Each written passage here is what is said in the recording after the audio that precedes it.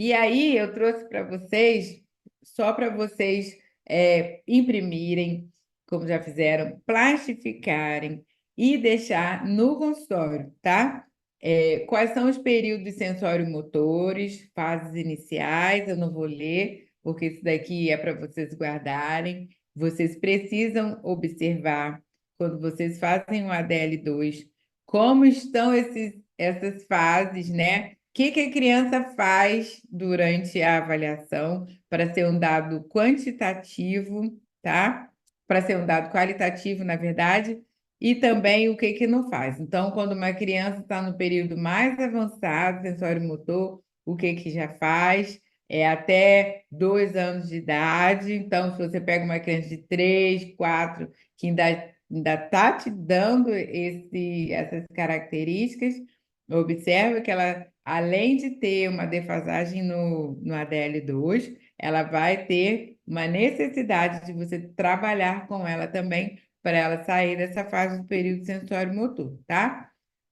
E aqui eu trago para vocês o que é a linguagem receptiva, que a gente vai avaliar.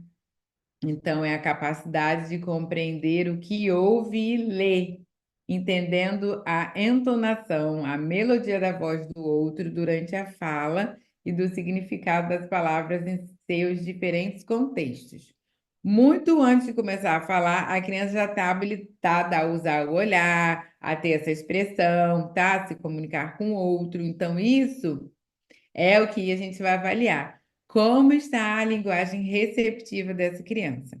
E essas habilidades, elas vão ser testadas, né? A gente vai dar instrução para as crianças. Aponta, aonde está, cadê? Então, essas habilidades receptivas, segundo a Múrcia, elas são responsáveis para favorecer o conhecimento, tá? Então, a gente precisa estar trabalhando essas habilidades, porque mais tarde elas vão ser importantes para quê? Então, essas habilidades, elas estão, essa habilidade, né, de linguagem receptiva, ela tem que estar bem bonitinha para a gente observar a linguagem expressiva, porque na alfabetização a gente precisa estar com elas todas direitinho.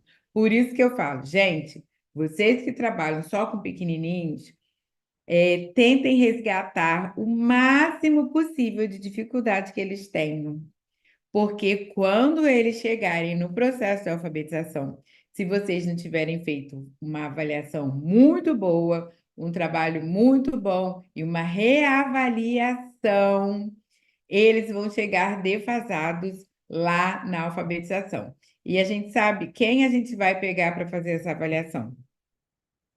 TEA, TDL, DI, né, os transtornos intelectuais, e os transtornos globais do desenvolvimento, que são síndromes, encefalopatias crônicas da infância, são os PCs, né? Então, assim, essas crianças que chegam para a gente precisa fazer uma avaliação muito boa, porque a gente vai ter que tratar, dependendo da idade que ela chega para a gente, ó, porque lá na frente, se a gente não tiver conseguido fechar essa linguagem que está alterada, vai ter alteração de leitura e escrita, tá? E aí a gente vai ter que trabalhar outras coisas que já poderiam ter sido trabalhadas lá atrás. Então, essa linguagem expressiva, ela vai ser a capacidade que a criança tem de se expressar verbalmente ou não, tá? Após adquirir a capacidade de compreender conceitos e de adquirir unidades significativas que vão proporcionar essa comunicação. E essa função, ela é aquela que o foco está no emissor.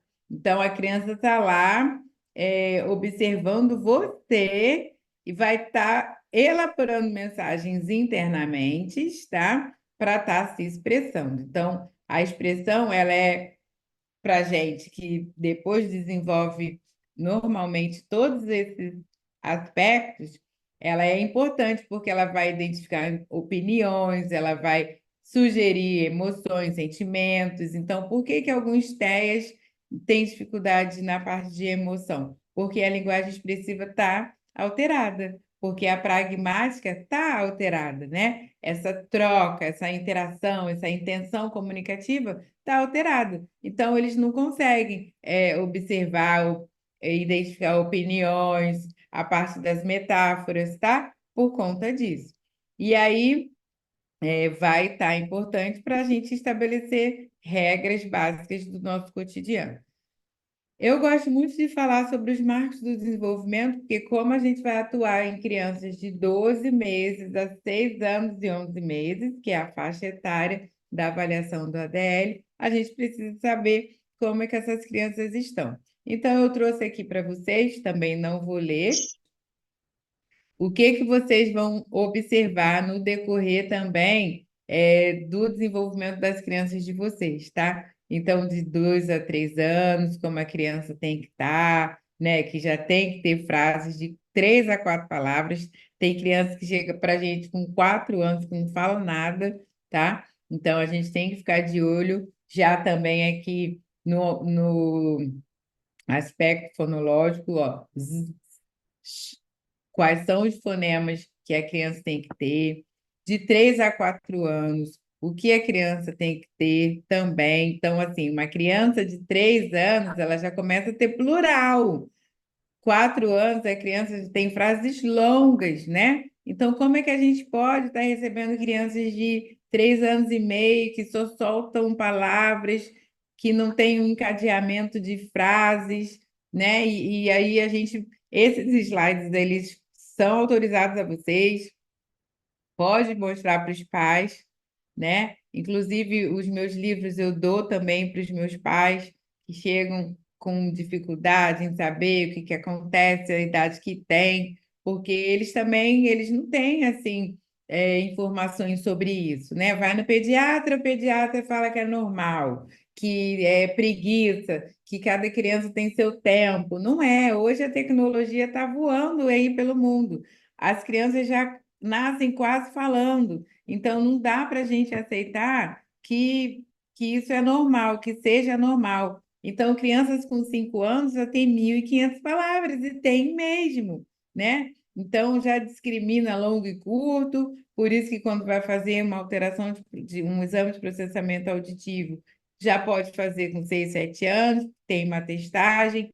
Bom, então, vocês dão uma olhadinha, né, de 4 a 5 anos, de 5 a 6 anos, que já tem 12.500 palavras, tá? E já dialoga muito. Então, uma criança com 6 anos, ela já está com um contexto de linguagem, de comunicação muito próximo do adulto, sabe?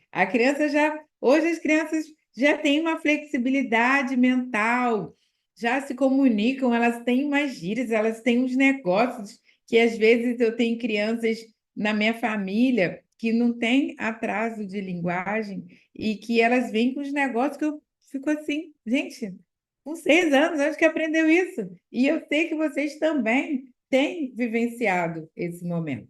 Então, não dá para a gente aceitar que as crianças cheguem muito tarde no nosso consultório e que venham de uma fala de que é normal e de que depois aprende, né? Porque uma criança com 5, 6 anos, ela está se preparando para a alfabetização. Por quê? Porque vocês vão ver aí, nessas fases do desenvolvimento, que ela já elaborou todo o circuito da linguagem e ela está preparada para ser alfabetizada. Porque a linguagem, ela é vivenciada, exposta ao meio, ninguém aprende a falar, ninguém aprende a se comunicar, né? É algo que acontece naturalmente, para poder, sim, aprender a ler e escrever. Então, a leitura e a escrita, sim, ela é um processo de aprendizagem, mas a linguagem, a comunicação, não. A gente vai escutando, né? Já dizia Piaget, até 2 anos, o período crítico do desenvolvimento da linguagem. Então, a criança vai escutando, vai acomodando, fazendo experiências com o mundo para se comunicar, tá? Bom, vamos lá. ADL2. Agora eu quero olhar aqui vocês. Quem faz o ADL2? Levanta a mão aí, quem já faz, quem tem teste. Não? Muito bom. Então vamos lá. Ó, o ADL2, ele é um teste que apresenta 110 tarefas, tá? E ele tem o objetivo de avaliar a linguagem compreensiva ou receptiva e expressiva, tá? E juntando as duas também, globais. Então, se você tem uma criança que tem um atraso no desenvolvimento da linguagem, essa é uma avaliação extremamente importante e que deve ser realizada independente da situação que seja sua criança, né? Se a criança tem TEA, se a criança tem um transtorno global, se a criança tem um TDL, tá? É lógico que, dependendo do nível que a criança tenha a dificuldade, muitas das vezes você vai conseguir observar algumas coisas e outras não. Mas é uma avaliação que todo fonoaudiólogo deve saber e fazer quando trabalha com desenvolvimento infantil, tá? Então, o ADL2, ele foi trazido e realizado pela professora Maria Lúcia Menezes, tá? E ele é baseado no modelo do desenvolvimento da linguagem proposto por Bloom, tá? Então, o que que Bloom fala? Existe um amarrado no que eu passei para vocês no início de conteúdo, forma e uso, tá? Que são os aspectos do desenvolvimento da linguagem e que eles acontecem naturalmente de forma em unidade. Então, se eu tenho alteração em uma dessas estruturas, eu vou ter alteração em todas. Por isso que eu preciso avaliar esses três aspectos e no ADL a gente vai avaliar. Então, a professora Maria Lúcia, essa daí, e ela fez o ADL primeiro em 2004 e ela observou algumas coisas que estavam faltando. Então, ela fez uma nova edição do ADL2 em 2019. Por isso que algumas pessoas têm o ADL o primeiro e não têm o ADL2. Não tem problema. Quando tiver condições, comprem o ADL2. Mas por que que ela fez a segunda edição?